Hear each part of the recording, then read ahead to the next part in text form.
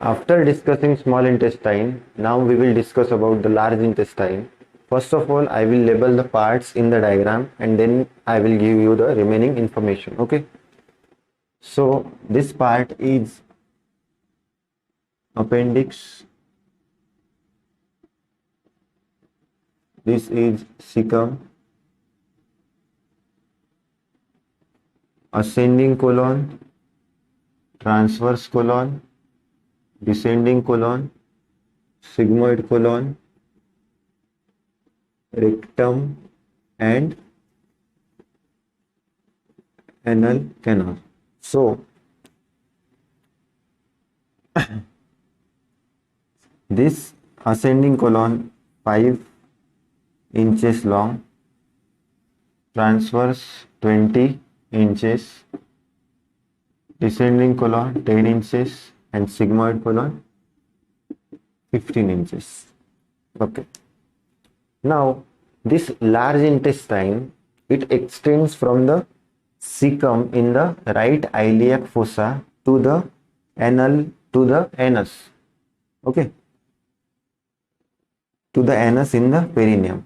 Large intestine, it extends from cecum, which is present in the right iliac fossa, to the anus, which is present in the perineum. Okay.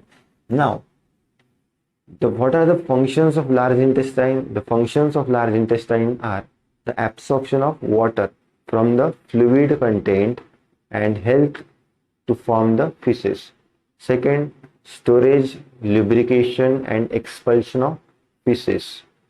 Third function, it forms vitamin B12 complex by the normal bacterial flora present in it. Okay. And fourth function, it prevents the invasion by microorganism because the mucoid secretion is rich in IgA antibodies. The mucoid secretion is rich in IgA antibodies. These are the function and introduction. Now, parts. Large intestine is divided mainly into 4 parts. Large intestine is divided mainly into 4 parts. First part is cecum, second is colon, then rectum, and last is anal canal. This colon is again divided into ascending colon, transverse colon, descending colon, and sigmoid colon. Now, all the structures, all the parts of large intestine, they are retroperitoneal, except you can remember by this SCAT,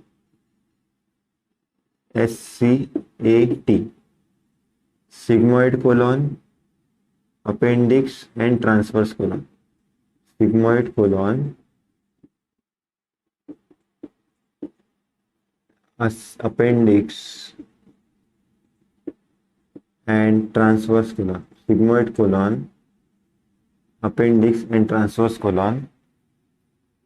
All the parts except these 3 parts, they are retroperitoneal, and these 3 parts, they are intraperitoneal and possess mesentery and possess mesentery and the mesentery of sigmoid colon is known as sigmoid mesocolon. Mesentery of appendix is known as mesoappendix. Mesentery of transverse colon is known as transverse mesocolon. Now, coming to the cardinal features. Cardinal features or distinguishing features. That means the features which distinguishes small intestine from the large intestine. Now we will see those cardinal features. There are 3 main cardinal features that distinguishes small intestine from large intestine, and those are tinea coli, appendices epiploicae, and saculations or hosturations. Tinea coli, tinea,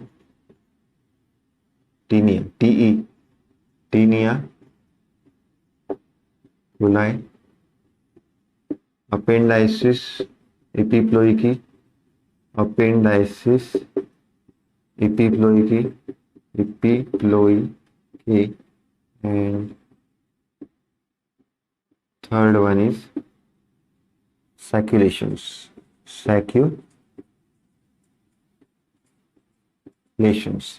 Now, these tinea coli, they are aggregations of longitudinal muscles. Tinea coli, they are aggregation of longitudinal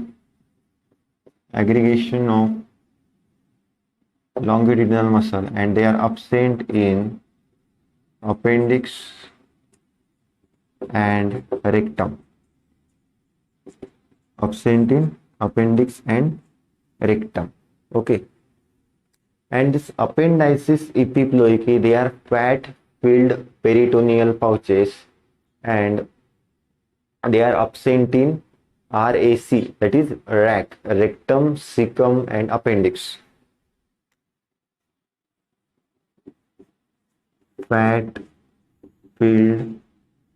peritoneal pouches are known as appendices epiploiky. Fat-filled peritoneal pouches, they are known as appendices epiploiky, and they are absent in rectum, appendix, and cecum.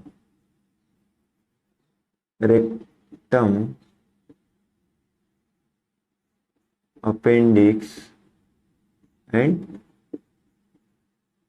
cecum. Rectum, appendix, and cecum. Now these are the cardinal features of large intestine. Now we will discuss about the difference between the small and large intestine. I will write the features here, and they are whether present or absent, I'll write here. Okay. First is length, then second lumen, third villi, fourth pairs patches, tinea coli, appendices epiploiky, sacculation, and transverse mucous folds. Okay. Now, length of small intestine is 6 meter, while that of large intestine is 1.5 meter. Lumen of small intestine is narrower, while that of large intestine is wider. Villi and pairs patches, they are present only in small intestine, absent in large intestine.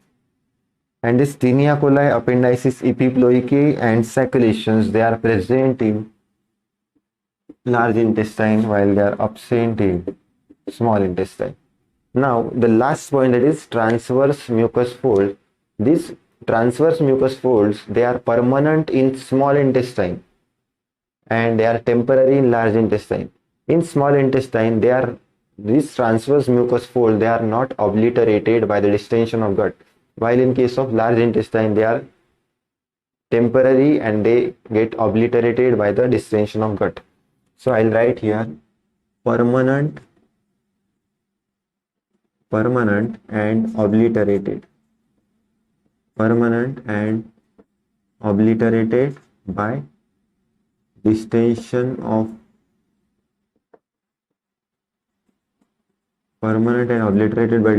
gut. Here it is temporary and not obliterated by the distension of gut. So in large intestine, we have studied the various parts of large intestine, that is cecum, colon, rectum, and anal canal. Colon is again divided into 4 parts, that is ascending colon, transverse colon, descending colon, and sigmoid colon. The total length of large intestine is 1.5 meter. Okay, and the cardinal features are tinea coli, appendices epiploiky, and saculations. Now we also studied the difference between the small and large intestine. This is all about the large intestine. Thank you so much. Keep watching.